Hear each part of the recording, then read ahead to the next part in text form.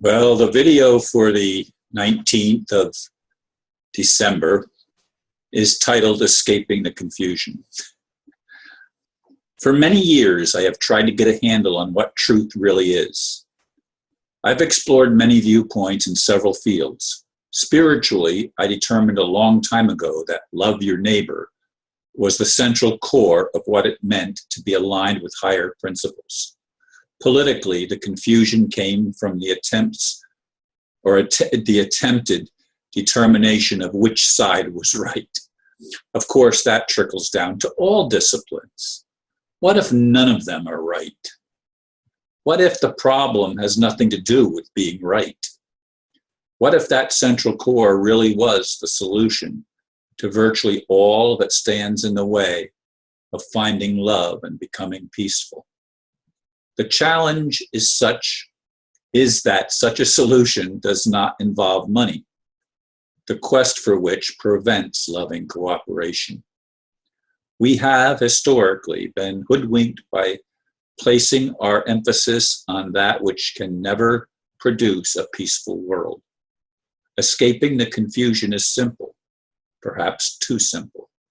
If enough of us get it and begin applying it in our lives, we could change the world. Indeed,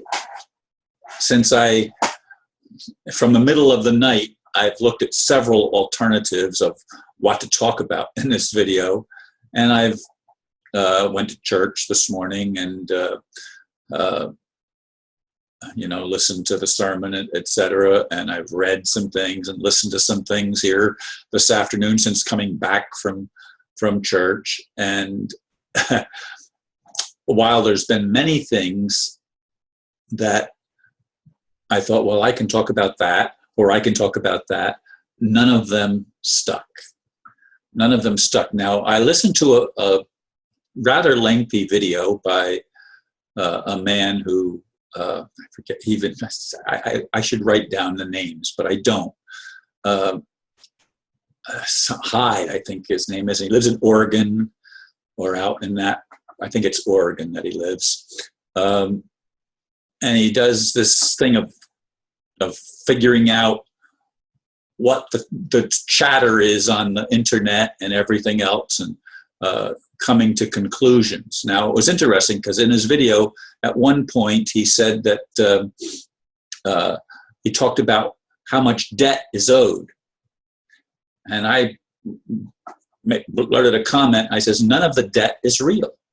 I mean, your debt is created with a false monetary system where they create money out of nothing. It's not backed by anything of value. And then they loan the money, supposedly, and they multiply it times 9 or more, so that if they lend $100, it becomes $1,000. They add $900 to the 100 and $1,000, and they charge you interest on it, and it's all a scam. It's all a scam. The whole monetary system of the world is a scam, and that's how everything works. That's the confusion. And then there's the confusion that's created of which religious teaching is correct. Well, the truth of the matter is all of them and none of them. All of them that teach about love and teach about recognition beyond the borders of your conditioning, your, mine, our conditioning.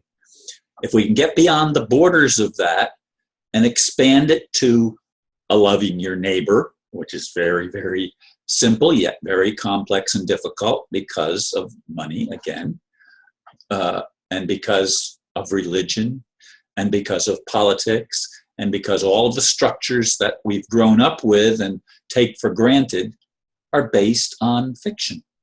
They're based on things that have no validity and no reality in the eternal scheme of things. The only thing that lasts is love. And for me, you've heard me in recent videos say that I'll punch God in the face if he doesn't fix the problem. Well, yes, the problem is God's, but it's ours too, because we are part of God. And we have to realize that when push comes to shove, it does come down to who do we want to believe. And if we're on a mad quest not to explore ideas, we'll believe whatever those that want to control us teach us is true or tell us is true. But it's not true, because if they have to tell it, it doesn't come from inside of us. It's not intrinsic to our nature. It's not intrinsic to our state of being. It's a foreign concept that's been imposed on us, even if we choose to believe it, even if we choose to belie it. And a belief is all with a lie in the middle of it. It doesn't matter what we believe, it's got a lie in it. In English, I don't know if that's true in other languages, but it's true in English. Believe has a lie right in the middle of it. Belie. And if we're going to escape the confusion, if we're going to get to a place where we can actually cooperate with each other, where we can actually listen to each other and ask ourselves, oh, that's an interesting perspective. What if that's a missing piece of the puzzle for me? What if they're different? I've not heard that one before. What if, does that fit where I am? Can I employ that in my life? Can I put it to the test? Ultimately, as I said, it comes down to our ability to love one another, especially those that are different. It's easy to be patted on the back and say, yeah, you're right, and get other people that believe the exact same thing to pat each other, and you have a pat on the back club that you create. Call it a religion, call it a political group, call it a club, whatever, a pat on the back club where everybody just determines to agree with each other on certain things and disagree with everybody else that doesn't hold that central core of idea. And you have a world that we live in because you're rejecting everything else. You've misapplied or not applied at all the central core, which is all about loving. It's all about listening.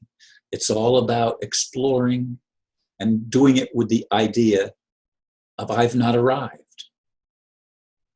And then human life could be one of exciting exploration of alternative ideas that we could homogenize and fit together so that we could develop a structure where every need is met because everybody's doing it from a different angle and everybody prospers and everybody wins.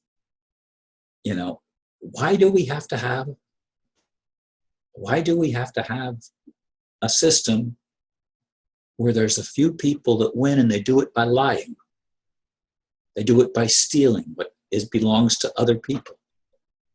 It's all deception. Why do we have to have that kind of a system? How can we escape the confusion of the world that we live in, short of dying? I don't want to die. I want to live. But I want to live in a world that makes sense. I want to live in a world where I'm part of at least a society where people are pushing for the same thing that I'm pushing for and desiring the same ultimate outcome, which is peace on earth. What a concept. A world where we don't struggle to survive, where our needs are met.